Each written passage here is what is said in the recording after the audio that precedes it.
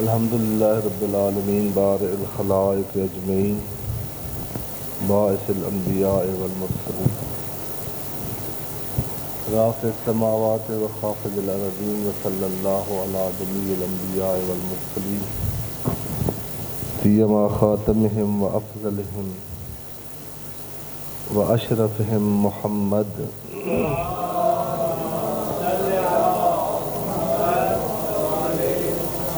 وعلى آلہ الاطیبین الانجلین لا سیما بقیۃ اللہ فی العالمین والارضین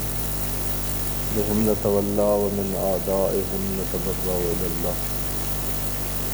اما بعد فقد قال اللہ تبارک و تعالی فی کلامہ المجید وفرقانہ الحمید وهو اصدق الصادقین وقولہ الحق بسم اللہ الرحمن الرحیم انا انزلناہ فی لیلۃ القدر وما ادراک ما لیلۃ القدر لیلۃ القدر خیر من الف شہر تنزل الملائکۃ والروح فیہا بإذن ربهم من كل امر سلام ہی حتی مطلع الفجر۔ اپنے اپنے مرحومین کی بخشش اور اس شب برکت میں اپنی تمام دعاؤں کی استجابت کے لیے ایک دفعہ پھر صلوات پڑھ لیں محمد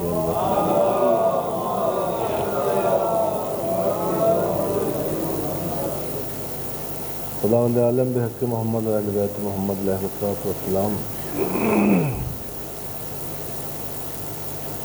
اس ماہ مبارک پھر شیعہ روایات کے مطابق جو بہت زیادہ احتمال ہے جس کے شب قدر ہونے کا، اس رات کے انہیں قیمتی لمحات میں آپ تشریف فرما ہیں۔ یہ میں نے پہلے وعدہ کیا تھا کہ کسی شب قدر میں ایک گفتگو خود شب قدر کے بارے میں ہوگی۔ پچھلے سالوں میں بھی یہ روایت بار بار عرض کرنی پڑی تھی، اس لیے کہ ہمارے ذہن میں جو کنسیپٹ ہے اور ایک تصور ہے شب قدر کا اور اعمال کا، بیشتر تو اب یہ افسوس اس سے کریں یا ہمیں یہ بتایا گیا ہے کہ جو ہے اعمال کی ضرورت نہیں ہے، عقیدہ کافی ہے بخشش کے لیے۔ حالانکہ نہ ایسے قرآن نے کہا ہے، نہ ایسے وارثان قرآن کی سیرت ہے، بلکہ یہ ایام شہادت ہیں، وہ ضربت جس کے ساتھ سار شگافتہ ہو گیا تھا، فتویٰ تو دینے کے لیے یا لینے کے لیے کافی تھا کہ اب یعنی اس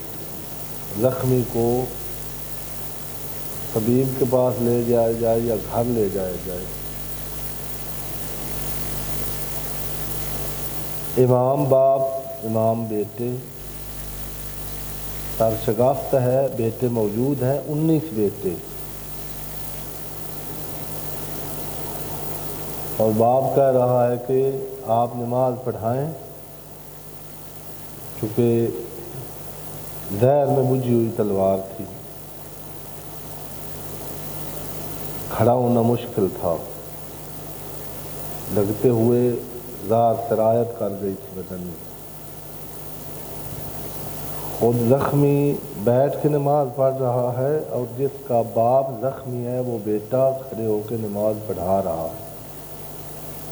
اس مکتب والوں کو یہ کہتا ہوا مناسب نہیں لگتا کہ اعمال کی اہمیت نہیں ہے، یا خدا نخواستہ نماز کو دوسرے ہمارے امام جن کے نام سے ہماری فقہ منسوب ہے، ویسے تو ہماری جو فقہ ہے وہ فقہ الہی ہے، فقہ محمدی ہے، لیکن ان کے وجود کی مرہون منت اتنی ہے کہ اس کو فقہ جعفریہ کہا جاتا ہے۔ یعنی اگر وہ نہ ہوتے تو وہ جو آئین محمد آج ہمارے پاس ہے اور ہم تک پہنچا ہے، یہ نہ پہنچتا۔ اس مشکل دور میں انہوں نے ہم تک پہنچایا ہے۔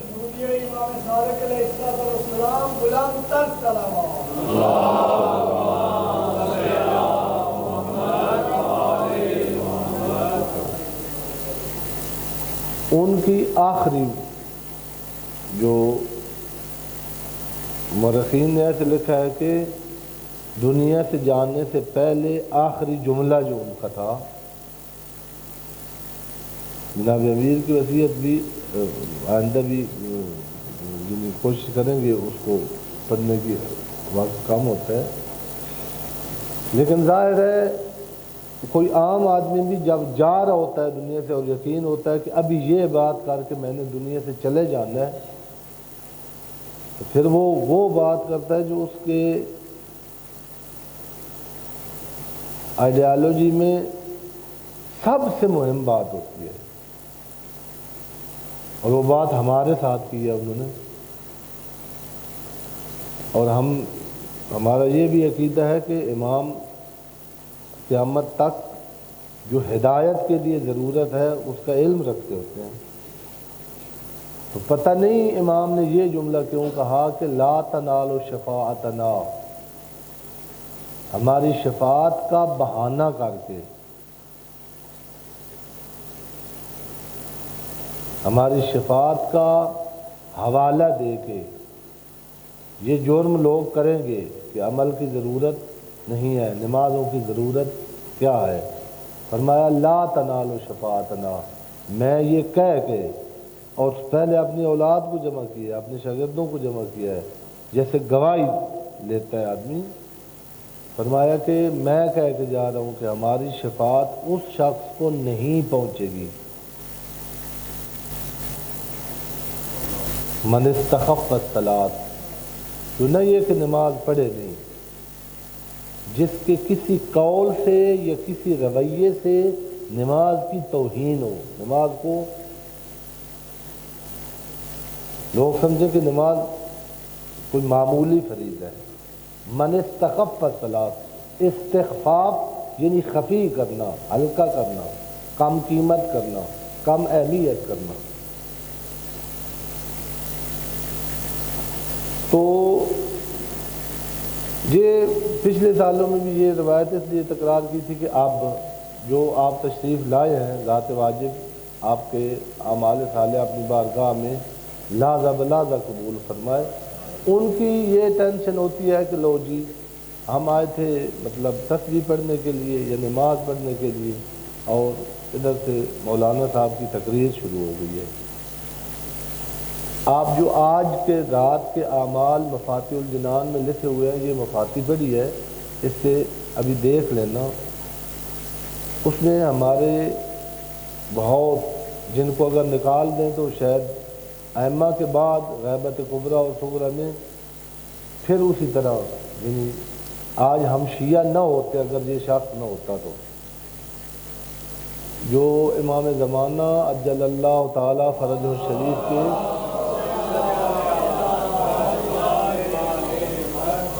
دعا کے صرف دنیا میں آئے تھے، شیخ صدوق علیہ الرحمہ، علی ابن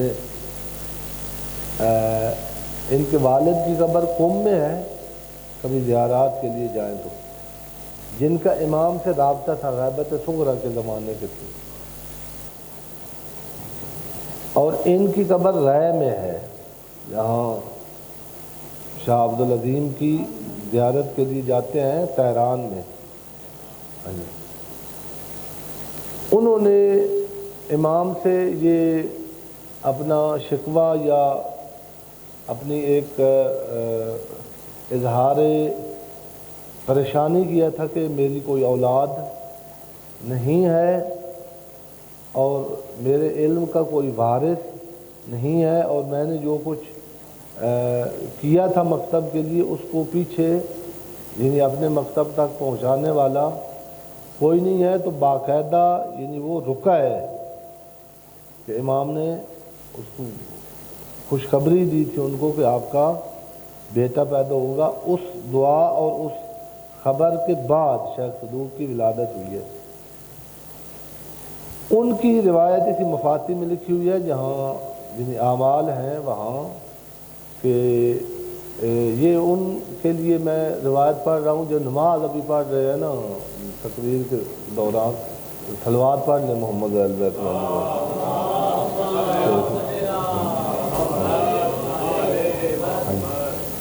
انشاءاللہ اعمال ہی کرنے ہیں،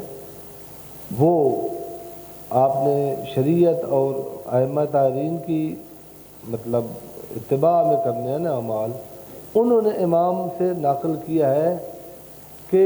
اس رات کا سب سے افضل عمل کون سا ہے، یہ ابھی دیکھ لیجئے گا مفاتی میں۔ انہوں نے فرمایا یہ 100 رکعت نماز، دعا جوشن کبیر، دوسرے جتنے اعمال ہیں، ایک ایک عمل مشکل بھی ہیں۔ انہوں نے کہا ان سب سے افضل ترین عمل یہ ہے کہ آپ اس رات کے کسی گوشے میں بیٹھ کر کسی دین شناس سے دین سیکھو۔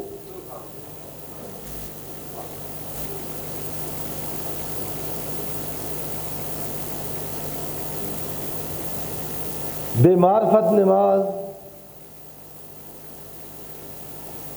بے معرفت احیاء شب قدر،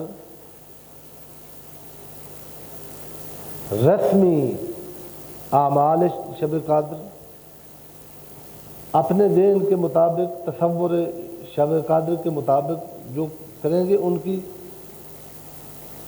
معرفت کے ساتھ ایک نماز۔ آپ کو عرض کیا تھا کہ فکر یہ ہم نے کبھی ہمیں بتایا نہیں گیا کہ نہ اس برنامے میں لکھا ہوا ہوتا ہے شب قدر کے اعمال میں اپنے بارے فکر کرنا، اپنے گناہوں کے بارے میں سوچنا، آپ اپنے ماضی میں اللہ نے کہاں کہاں میری مدد کی ہے وہ ڈھونڈنا، اور میں نے اللہ کے ساتھ کیا کیا ہے۔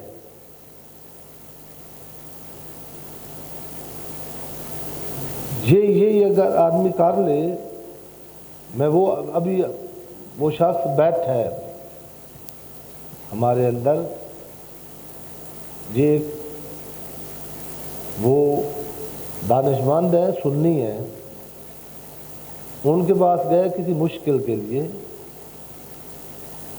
انہوں نے ان کو کہا کہ آپ ایک دفعہ آنکھیں بند کر کے تو سوچیں کہ آپ کی گزشتہ زندگی میں کتنی مشکلات آئی ہیں اور وہ کس نے کیسے کیسے حل کی ہیں۔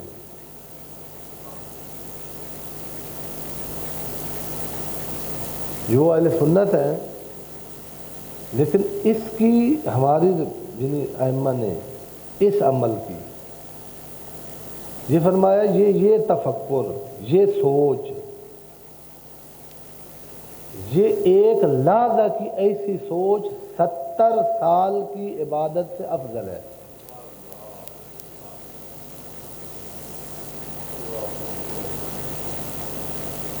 یہ خیر من الف شہر جو ہے ایک رات، یہ نہیں اصل آپ کسی جوان کو یا خود سوچے، مطلب یعنی 80 سال کے 83 سال کا عمل ایک رات ایک لحظے میں کیسے ہو سکتا ہے۔ وہ ہماری جو ایک دفعہ پھر صلوات پڑھے محمد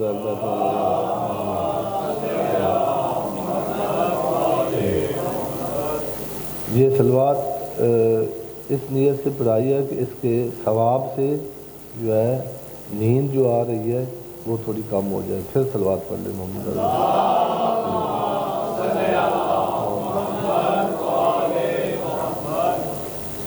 تو شب قدر کا جو تصور میں پچھلے سالوں میں عرض کیا تھا کہ یعنی مجھے خود سادات کے گھر میں پیدا ہوا ہوں، تو باقاعدہ یہ متواتر کے ساتھ سنا تھا کہ شب قدر مطلب ایک لمحہ آتا ہے، آپ نے بیٹھنا ہے، اس میں یعنی جو ہے نا آپ جو کہیں گے ہو جائے گا۔ تو اپنا یاد کر کے آؤ، گاں لینی ہے، وچھی لینی ہے، کٹی لینی ہے، مطلب وہ ایسے نا ساری رات آپ کی توجہ اس بھائی میری مرغی انڈا دے، میری بکری بچہ دے،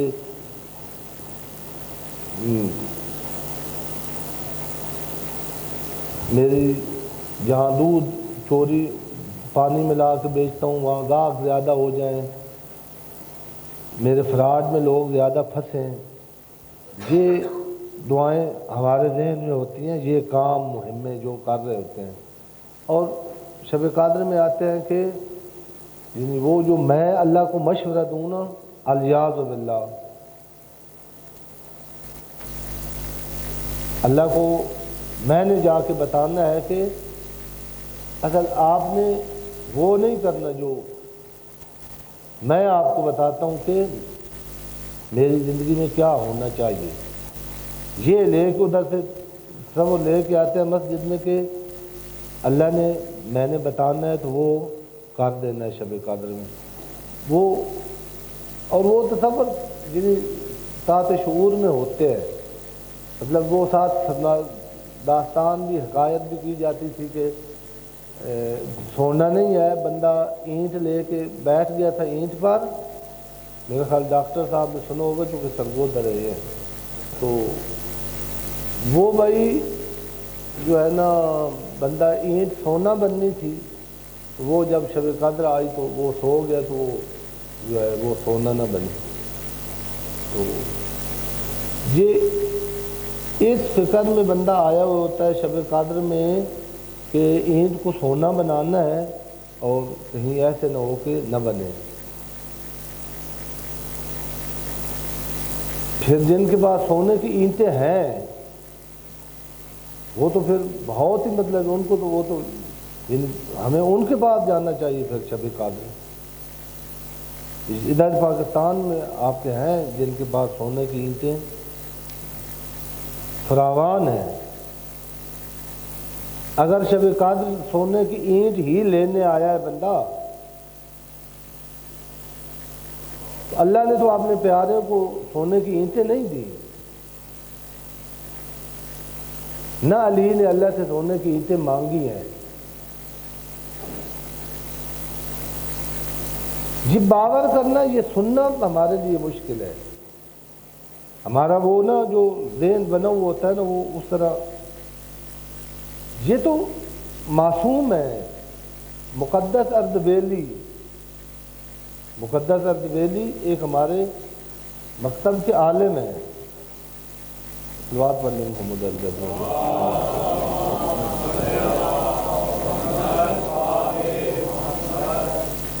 ان کے بارے میں یہ ہے کہ وہ نماز تہجد کے لیے اٹھے اور جلدی جلدی ان کو یہ تھا کہ وقت گزر نہ جائے، اس وقت کنویں کا زمانہ تھا، انہوں نے وہ ڈول ڈالا کنویں میں اور وہ بجائے اس کے پانی کے وہ ہیرے جواہرات سے بھرا ہوا تھا۔ اب پتہ نہیں سرگودے والے ہوتے یعنی شب قدر میں یعنی جو انہوں نے تو ان کا ہون بات نماز کی ضرورت کیا ہے، جب ہیرے جواہرات آ گئے ہیں تو اب اللہ کی اور نماز 3 دفعہ لکھا ہوا ہے، انہوں نے نقل کیا ہے کہ 3 دفعہ یہ ہوا ہے کہ انہوں نے کہا کہ مجھے اس وقت یہ ہیرے جواہرات نہیں چاہیے، مجھے اس وقت وضو کے لیے پانی چاہیے۔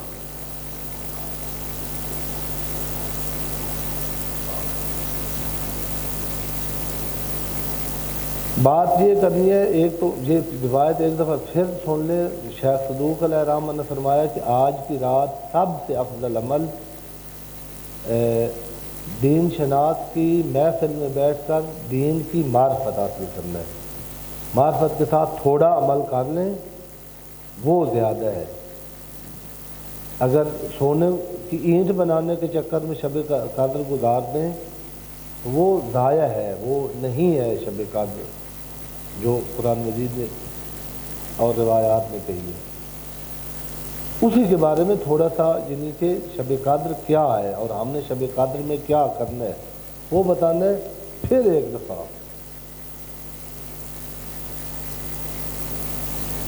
یہ مقدسہ دویلی ہیں، یہاں یہ روایت ذکر کی ہے جن کو یہ شب قدر کی جن کو نصیب ہو جاتی ہے،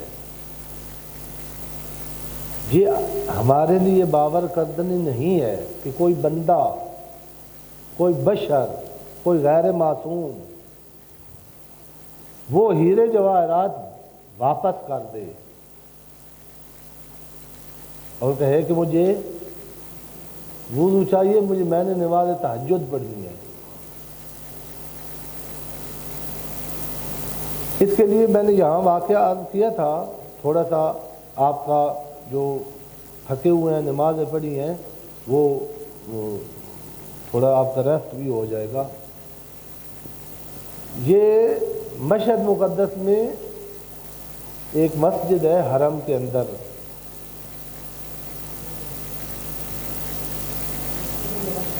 مسجد گوہر شاد۔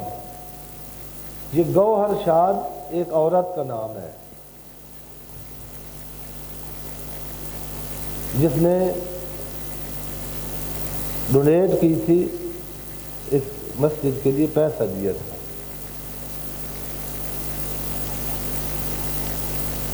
یعنی ایک امیر عورت تھی ایران کی اور حسین عورت تھی۔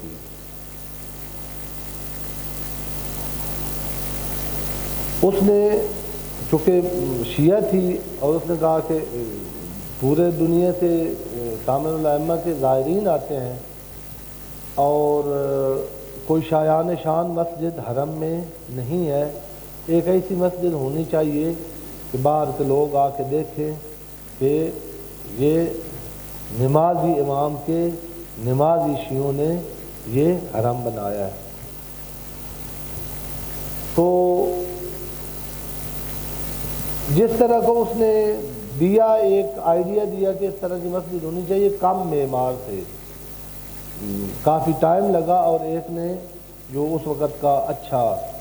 انجینئر تھا، معمار تھا، اس نے لیا کہ میں اس طرح کی مسجد بناؤں گا۔ کچھ عرصے کے بعد جب کام شروع ہوا تو اس نے جو ریزویشن کی تھی تو وہ آئی کہ میری جس طرح میں نے کہا تھا اسی طرح اس نقشے کے مطابق کام ہو رہا ہے یا نہیں۔ تو جب وہ آئیں، غیر ایران میں اب بھی چہرے کا پردہ نہیں ہے، یہاں ہے، عراق میں بھی ہے، سعودیہ میں بھی ہے، پاکستان میں بھی، وہاں یعنی وہ ما ظاہر من ہو، جہاں حجاب کی آیات و روایات ہیں ان میں ہے کہ چھپانا چاہیے الا ما ظاہر، جو ظاہر مثلا یہ جگہ جو ہے یا وہ پاؤں ہے وہ حصہ یا یہ حصہ، اس کا پردہ واجب نہیں ہے، اکثر فقہا اب ان کو فتویٰ ہے۔ تو اس کی وہ جو وہاں تھا سینئر معمار، اس کی نگاہ پڑی اور وہ قرآن مجید نے کہا کہ یہ ایک مرد ہے۔ سورہ احزاب میں کہا گیا یا نساء النبی لستن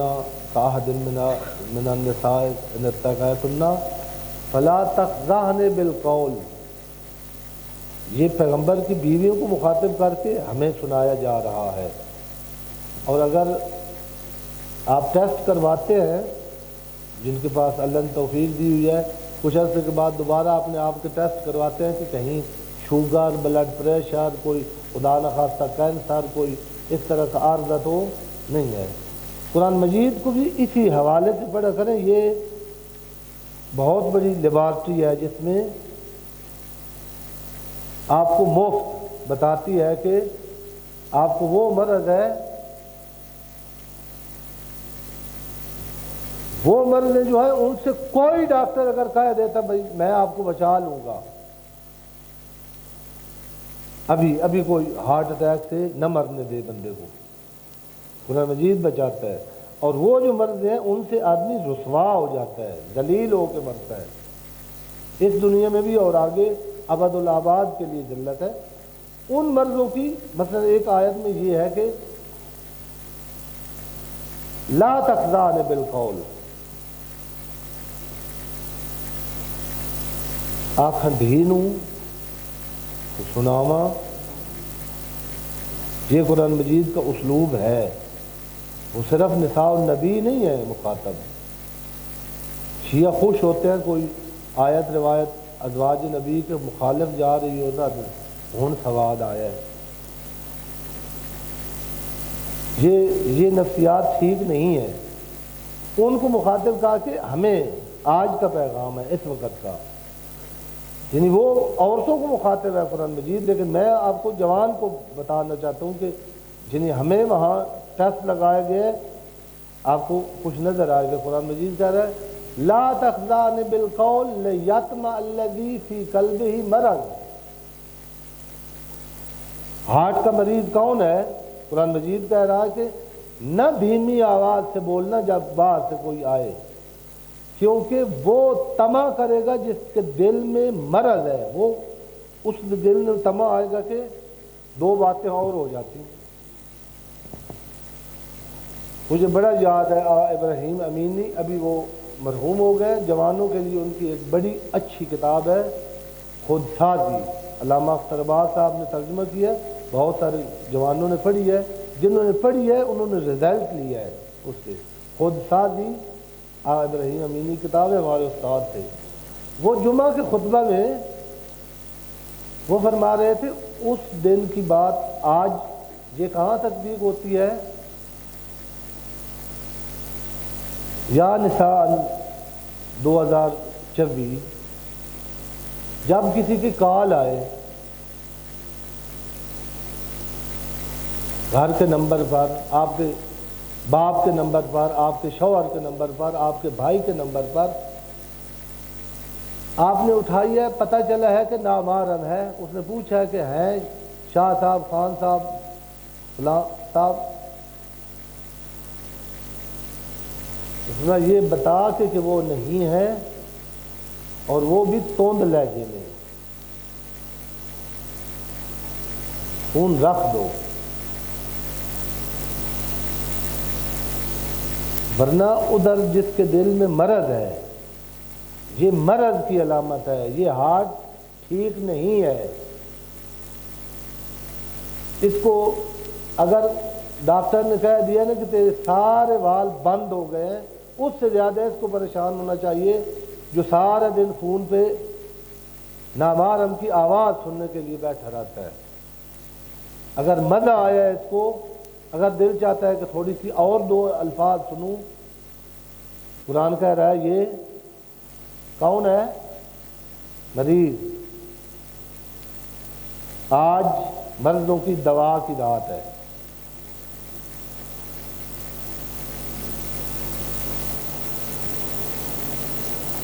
بہت قیمتی آپ کو دوائیں لکھ کے آج کل دیتے ہیں ڈاکٹر، متوسط آدمی اچھے سے اچھے کمانے والے، وہ ریٹ جب سنتے ہیں نا تو دماغ جگہ پہ آ جاتا ہے کہ میں یہ علاج کیسے کروں گا۔ معصوم فرما رہے ہیں کہ بتاؤں جو تیرے پاس ہے تیری مرض کا علاج، وہ شرمندگی کا ایک آنسو ہے۔ دال جوادی عاملی فرماتے ہیں کہ آگ لگتی ہے نا، آگ تار لکڑی کو دیکھا تھا ہم نے، جب تار لکڑی کو ایک طرف سے آگ لگتی ہے نا، دوسری طرف سے پانی نکلتا ہے گرم۔ انہوں نے کہا یہ جو آنسو ہوتا ہے نا ندامت کا، دکھ کا، یہ گرم ہوتا ہے۔ وجہ یہ ہے کہ جب دل پہ آگ لگتی ہے، بھاپڑ مچتا ہے، ادھر چوٹ لگتی ہے، وہاں سے یہ چلتا ہوا دماغ کو پاک کرتا ہوا، خیالوں اور فکروں کو صاف کرتا ہوا یہ آنکھ سے باہر نکلتا ہے۔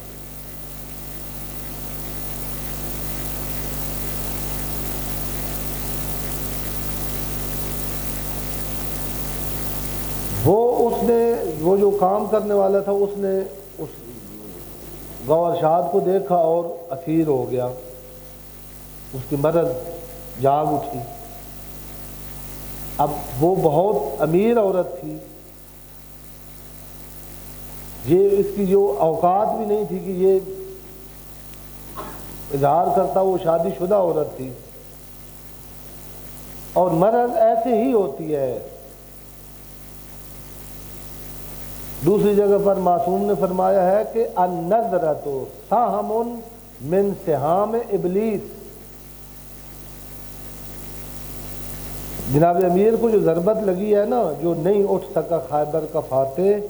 اٹھ کے نماز نہیں پڑھ سکا اس ضربت کے بعد، اس کی ایک یہ تھی کہ اس تلوار پر بہت سخت زہر لگی ہوئی تھی۔ امام حسین تلوار کے ساتھ شہید ہوئے، باقی ائمہ زہر کے ساتھ۔ زینب کا بابا تلوار بھی لگی ہے اور زہر بھی تھی، کہ جب سرایت کر جائے تو اتنا عظیم جنگجو وہ پھر پاؤں پہ کھڑا نہیں ہو سکتا۔ جب معصوم فرما رہے ہیں آپ کو، جب آپ نگاہ کرتے ہیں نامحرم کی طرف تو آپ کو نہیں پتا، اس وقت ایک ادھر سے تیر آتا ہے، کمین میں بیٹھا ہوا ابلیس، یہ نامحرم پر حرام نگاہ، یہ آپ کے دل میں ایک زہر کا بھرا ہوا تیر آ کے لگتا ہے۔ آپ گھر آ جاتے ہیں، جب آ کے آپ کے خیال میں وہ منظر گھومتا ہے تو یہ ساری زہر جو ہے آپ کے بدن میں سرایت کر جاتی ہے۔ یہ بندہ پھر یا اللہ،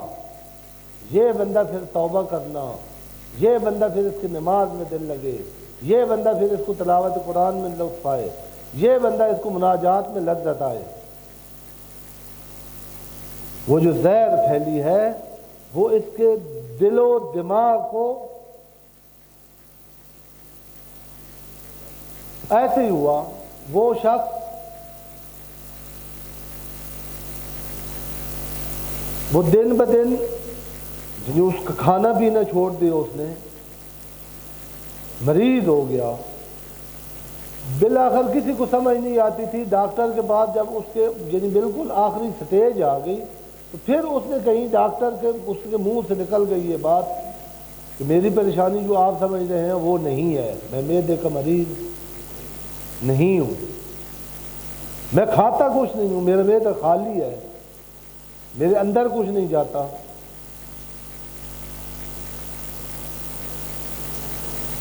یہ بات وہاں سے لیک ہو کے گوہرشاد تک پہنچ گئی۔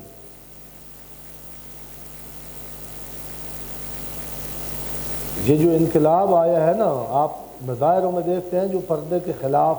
عورتیں مظاہرہ کرتی ہیں۔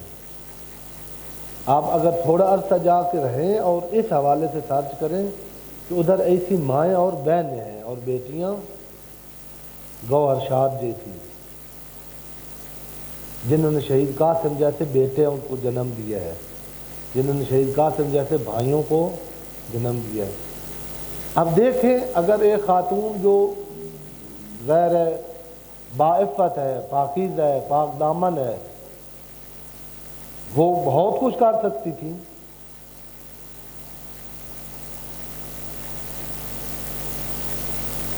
علماء، مجھے علماء کا پتہ ہے، ہمارے بہت بڑے بزرگ علماء یہاں رہتے ہیں۔ ایک بندہ آیا ہے، اس کو ایک مسئلہ تھا، وہ پوچھنے کے لیے آئے، اس نے انہوں نے جواب دیا، انہوں نے کہا کہ یہ مجھے صحیح سمجھ، وہ اس کی حجامت بنائی ہے علامہ صاحب نے، تو اس نے کہا میرا دل کر رہا ہے میں اسلام کو چھوڑ کر کافر ہو جاؤں۔ یہ بھی ایک کردار ہے اسلامی طبیب کا اور وہ چلی عورت اور اس کے ہاسپٹل میں بیڈ پہ گئی. اس نے کہا یہ کیا آپ نے کیا ہے، بے وقوفانہ کام اور جاہلانہ اور احمقانہ. بالآخر میں عورت ہوں اور میرے ساتھ میں خلا لے لوں گی اپنے شوہر سے، آپ نے جان کو اس میں ڈال دیا ہے. میں عورت ہوں، میری آپ کے ساتھ شادی ہو سکتی ہے، آپ یعنی مر رہے ہیں. ہمارے جہاز یعنی آپ میرے شوہر بن سکتے ہیں، میں آپ کی زوجہ بن سکتی ہوں، اس میں کیا بات ہے؟ اور یہ نہیں، میں یہ سارا کام کرتی ہوں، میں اپنے شوہر سے اس کو کچھ دے کے، اس کو حق مار بخش کے، اس سے پھول لے کے آپ سے شادی کروں گی. میں آپ اگر عاشق ہیں واقعا میرے، کرتے ہیں نا ڈیمانڈ سسرال والے، میں آپ سے ایک ایسی چیز مانگتی ہوں جو آپ یہ نہیں کہیں گے کہ میری حیثیت نہیں ہے دینے کی. وہ یہ ہے کہ 40 دن مسلسل آپ نے نماز تہجد پڑھنی ہے. 40 دن پورے کر کے آ جاؤ.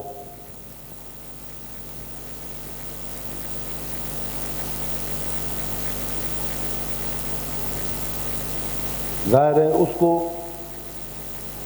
کیا چاہیے تھا، اس سے مطلب ابھی 40 دن پورے نہیں ہوئے تھے، 30 دن اور کچھ دن ہوئے تھے. اس نے پیغام بھیجا کہ بس کر دو.